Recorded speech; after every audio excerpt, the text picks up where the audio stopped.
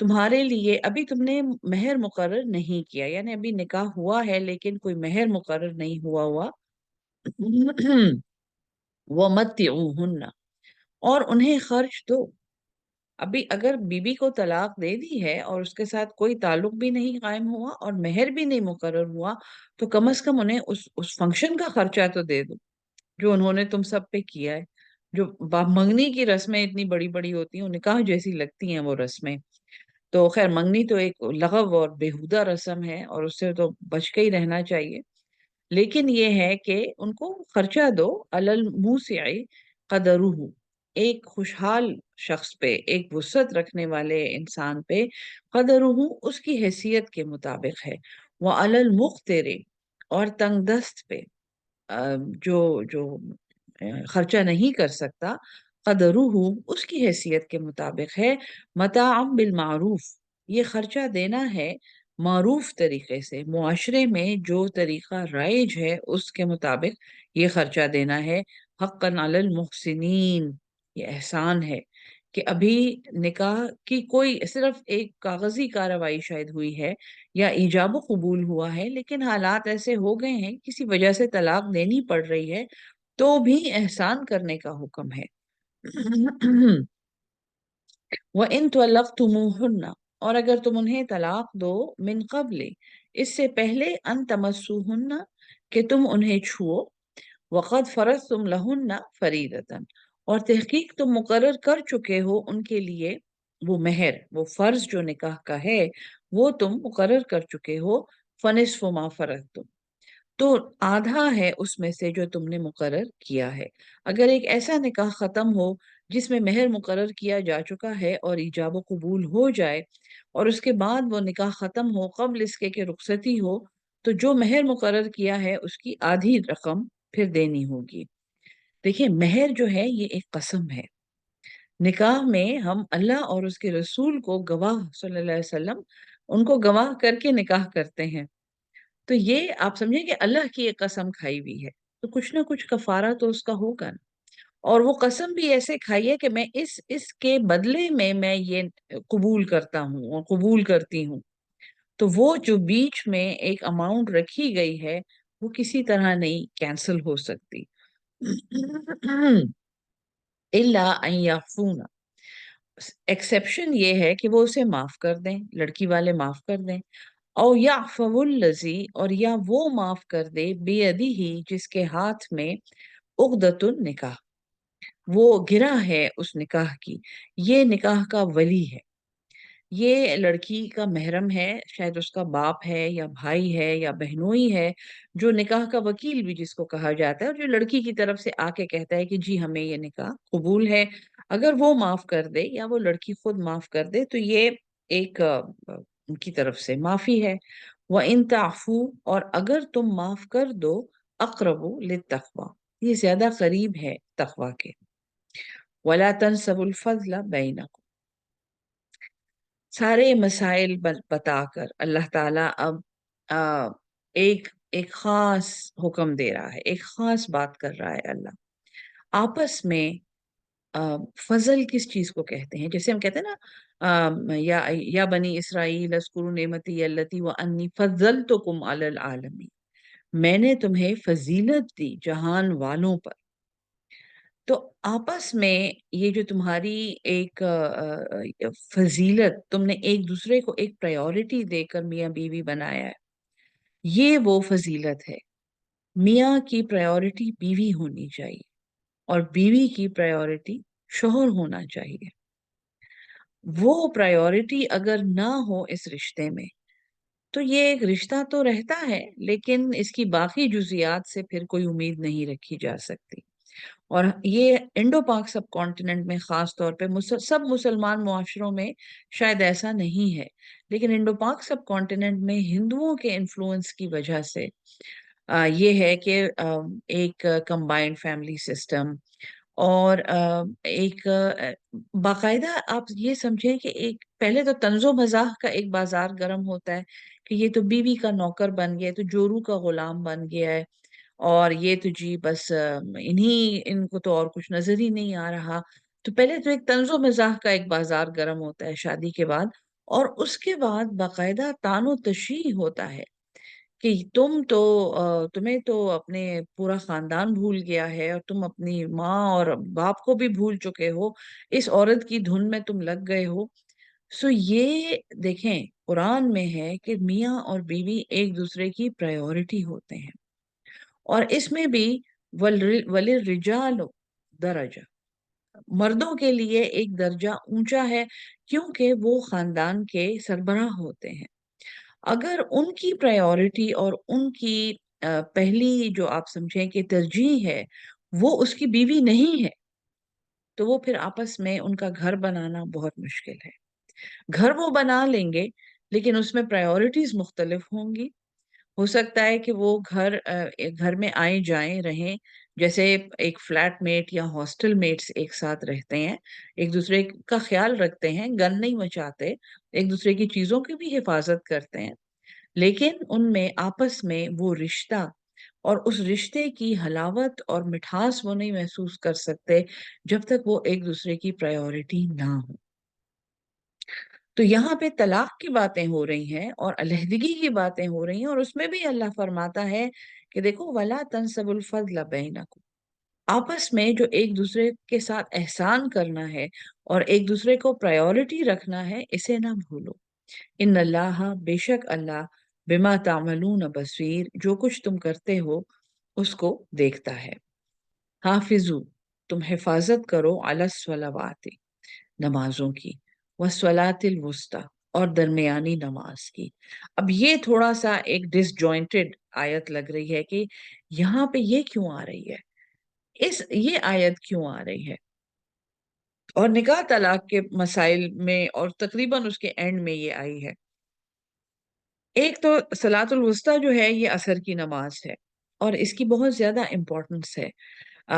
روایات میں ہے کہ ہمارے سلف، ہمارے بزرگ، اگر کوئی عصر کی نماز کے لیے مسجد میں نہیں آتا تھا تو ان کے گھر باقاعدہ پرسہ دینے جاتے تھے کہ آپ کی عصر کی نماز قضا ہو گئی ہے، آپ کی عصر کی نماز فوت ہو گئی ہے، اور ہم نے آپ کو نہیں دیکھا، تو خیریت ہے وغیرہ وغیرہ۔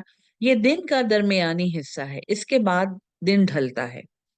آپ یہ سمجھیں، اگر ایک انسان کی زندگی کو ایک دن سمجھا جائے تو اس میں صلاۃ الوسطی وہ ہے جو درمیانی عمر، ٹھیک ہے۔ اس سے پہلے بچپن اور پیدائش اور بچپن اور جوانی کی شدت جو ہے وہ گزر چکی ہوتی ہے، اور پھر یہ عصر کا ٹائم آتا ہے جس میں انسان جاگ رہا ہوتا ہے، اپنے کام کرتا ہے، اس کے بعد پھر تھوڑا آرام کا وقت آتا ہے، اور پھر مغرب ہے، اور پھر عشاء ہے۔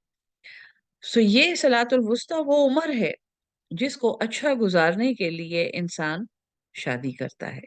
پھر اس کے ماں باپ بوڑھے ہو چکے ہوتے ہیں، اور وہ شاید اس کے بہن بھائی اپنی اپنی زندگیوں میں محو ہو چکے ہوتے ہیں، وہ بھی اپنی نوکری میں یا اپنے پروفیشن میں یا اپنے بزنس میں ایک ایسے لیول پہ پہنچ چکا ہوتا ہے کہ اب وہ تھوڑا آرام کرنا چاہتا ہے، وہ ایک گھر بنانا چاہتا ہے، وہ اپنی زندگی میں ایک مقصدیت کو تلاش کر رہا ہوتا ہے۔ زندگی کی بھاگ دوڑ وہ گزار چکا ہوتا ہے، یا آلموسٹ وہ اینڈ کر رہا ہوتا ہے اس وقت۔ تو یہ اس آیت کا موقع محل بہت خوبصورت ہے یہاں پہ نکاح کے حوالے سے، کہ یہ وہ رشتہ ہے جو تمہاری درمیانی عمر کے سکون کا ضامن ہے۔ حفاظت کرو صلاۃ وسطی کی، وقوموا للہ قانتین، اور کھڑے رہو اللہ کے فرمان بردار بن کر۔ فَإِنْ خِفْتُمْ، بس اگر تمہیں ڈر ہو، فَرِجَالًا، تو پیادہ پا، اور رکبانن، یا سوار، یعنی اگر تم کسی مثلا جنگ میں ہو، یہ اب نماز کی بات ہو رہی ہے، تو پیدل چلتے ہوئے بھی تم نماز پڑھ سکتے ہو، سوار ہوتے ہوئے بھی تم یہ نماز ادا کرو، نماز چھوڑنی نہیں ہے۔ بعض لوگ سفر میں ایسے کرتے ہیں کہ جی گھر پہنچ کے کر لیں گے۔ دیکھیں ہمارے صحابہ، ایک صحابہ اور سب سارے، وہ یہ کہتے تھے کہ نماز پڑھ کے میں یہ دعا کرتا ہوں کہ یا اللہ مجھے اگلی نماز نصیب کر دے، مجھے تو یہ بھی نہیں پتا کہ میں اگلی نماز تک پہنچوں گا یا نہیں۔ تو یہ لمبے لمبے سفر ہوتے ہیں، لوگ جہازوں میں نمازیں نہیں پڑھتے، بسوں میں نمازیں نہیں پڑھتے، آرام سے صاف ستھرے بیٹھے ہوتے ہیں۔ دیکھیں دین نے آپ کو سفر میں آدھی نماز کی سہولت دی ہے، تیمم کی سہولت دی ہے، حالانکہ اب تو ہر جگہ آپ آرام سے جا کے وضو بنا سکتے ہیں، ایون غیر مسلم ملکوں میں وضو خانے ہیں، لیکن پھر بھی ہم اگر وہ نماز سسپینڈ نہ کریں، اس وقت نماز ضرور ادا کریں۔ اگر آپ کی تسلی نہ ہو، فَإِذَا أَمِنْتُمْ، پس جب تم امن پاؤ، فَاذْكُرُوا اللَّهَ، تو پھر اللہ کو یاد کرو، کما علمکم، جیسے اس نے تمہیں سکھایا، ما لم تکونوا تعلمون، جو تم نہیں جانتے تھے۔ والذین، اب نماز کے ذکر کے بعد واپس اب یہی ایک آئلی احکامات کی طرف واپس جا رہے ہیں۔ نماز کا ایک ریمائنڈر دیا گیا ہے کہ کوئی بھی حالت ہو نماز نہیں چھوڑنی۔ والذین، اور جو لوگ یتوفون منکم، وفات پا جائیں تم میں سے، وَيَذَرُونَ أَزْوَاجًا، اور وہ چھوڑ جائیں بیبیاں، وَصِيَّةً لِأَزْوَاجِهِمْ، تو وصیت کرو اپنی بیبیوں کو، متاعًا، ان کا نان نفقہ، الی الحول، 1 سال تک، غیر اخراج، ان کو نکالنا نہیں ہے۔ کفار میں، مشرکین مکہ میں اور جو بھی مشرک معاشرے تھے اسلام سے پہلے، ان میں بیواؤں کا بہت برا حال ہوتا تھا، حتیٰ کہ باپ کی چھوڑی ہوئی عورتیں جو ہوتی تھیں، بیٹے ان کے ساتھ زبردستی نکاح کرتے تھے، ان کے مالک وہ باپ کے کی وراثت کے پیچھے، اور باپ جو اس عورت کو مال دے چکا ہوتا تھا اس کے لیے، اب وہ سوتیلی مائیں ہیں، ان کا بھی حکم قرآن میں آئے گا آگے تو، لیکن ان کے ساتھ نکاح ایک انتہائی کراہت آمیز حرکت ہے۔ تو یہاں پہ یہ پہلی دفعہ بیواؤں کے حق میں ایک حکم آیا ہے کہ جو لوگ فوت ہو جائیں تم میں سے اور وہ بیویاں چھوڑ جائیں، وصیۃ لازواجہم، پہلے تو اپنی بیویوں کے حق میں وہ وصیت کر کے جائیں، اور یہ ایک سٹینڈنگ حکم ہے۔ ایک مرد اگر فوت ہو جائے اور اس کی بیوی، وہ اپنی بیوی کے لیے کچھ بھی نہ چھوڑ کے گیا ہو، تو شریعت میں جو تقسیم ہے اس میں بیوی کا حصہ اتنا نہیں ہے کہ وہ اس کو ساری عمر سسٹین کر سکے، کیونکہ ان معاشروں میں، اور اسلامی معاشرہ جہاں بھی ہو جو اب دنیا میں کہیں نہیں ہے، بیوہ عورت کو چھوڑنا، بے نکاح کے چھوڑنا، اس کی گنجائش نہیں تھی۔ بیوہ عورتیں فوراً دوبارہ، یعنی کہ اپنی عدت گزارنے کے بعد، خاندان والے اس کو ایک اپنے لیے فخر سمجھتے تھے کہ وہ ان عورتوں سے نکاح کرتے تھے اور ان کو، ان کی کفالت کرتے تھے اور انہیں ایڈجسٹ کرتے تھے۔ یہ ایک اسلامی معاشرے کی بیوٹی تھی۔ تو وراثت میں بیوہ کے لیے کوئی بڑا حصہ 1/8 ہے یا 1/6 ہے، اس طرح کر کے ایک حصہ ہے۔ تو وصیت بیوی کے حق میں کر کے رکھنا بہت ضروری ہے کہ اگر ہر مسلمان شخص، اگر وہ چھوڑ کے جا رہا ہے دنیا اس حالت میں کہ پیچھے بیوہ چھوڑ کے جا رہا ہے، تو اس کے لیے وصیت کرنا لازمی ہے۔ تو وصیت کریں اپنی بیویوں کے لیے، نان نفقہ، بغیر نکالے 1 سال تک، یعنی بیوی 1 سال تک اپنے شوہر کے، اپنے فوت شدہ شوہر کے گھر میں رہ سکتی ہے، اور اس کا نان نفقہ، کھانا پینا، سب کچھ اس گھر کے ذمے ہے، اور یہ شوہر کا ذمہ ہے مرنے سے پہلے کہ وہ اس کے لیے یہ انتظام کر کے جائے۔ فَإِنْ خَرَجْنَا، بس اگر وہ نکل جائیں، اگر وہ اپنی مرضی سے نکل جائیں، فَلَا جُنَاحَ عَلَيْكُمْ، تو تم پر پھر کوئی گناہ نہیں ہے، فِي مَا فَعَلْنَ فِي أَنفُسِهِنَّ، جو وہ کریں اپنی جانوں کی بابت، میں معروف، دستور کے مطابق، یعنی نکاح کریں۔ وَاللَّهُ عَزِيزٌ حکیم، اور اللہ زبردست ہے اور حکمت والا ہے۔ وَلِلْمُطَلَّقَاتِ، اور طلاق شدہ عورتوں کے لیے، متاع بالمعروف، نان نفقہ ہے، فائدہ ہے، دستور کے مطابق، حقاً علی المتقین، یہ حق ہے متقی لوگوں پر۔ مطلقہ عورتیں جو ابھی عدت میں ہیں اور جو طلاق ان کی ہو گئی ہے لیکن ابھی ان کے پاس کہیں جانے کا راستہ نہیں ہے، تو ان کا فائدہ اور ان کا نان نفقہ بھی متقی لوگ ان تک پہنچائیں گے، اور کون متقی نہیں بننا چاہتا۔ کذالک، اسی طرح، یبین اللہ، اللہ بیان کرتا ہے، لکم آیاتی ہی، اپنے احکام، لعلکم، تاکہ تم، تعقلون، تم عقل سے کام لو۔ اب آگے جہاد کی آیات ہیں۔ بہت حیرت ہوتی ہے کہ جہاد کی مد میں اتنے زیادہ آئلی احکامات کیوں بیان ہوئے ہیں۔ جن معاشروں میں گھروں کے اندر سکون نہیں ہوتا، جن معاشروں میں گھر کے اندر سینکٹیٹی برقرار نہیں ہوتی، میاں بیوی کا جو یونٹ ہے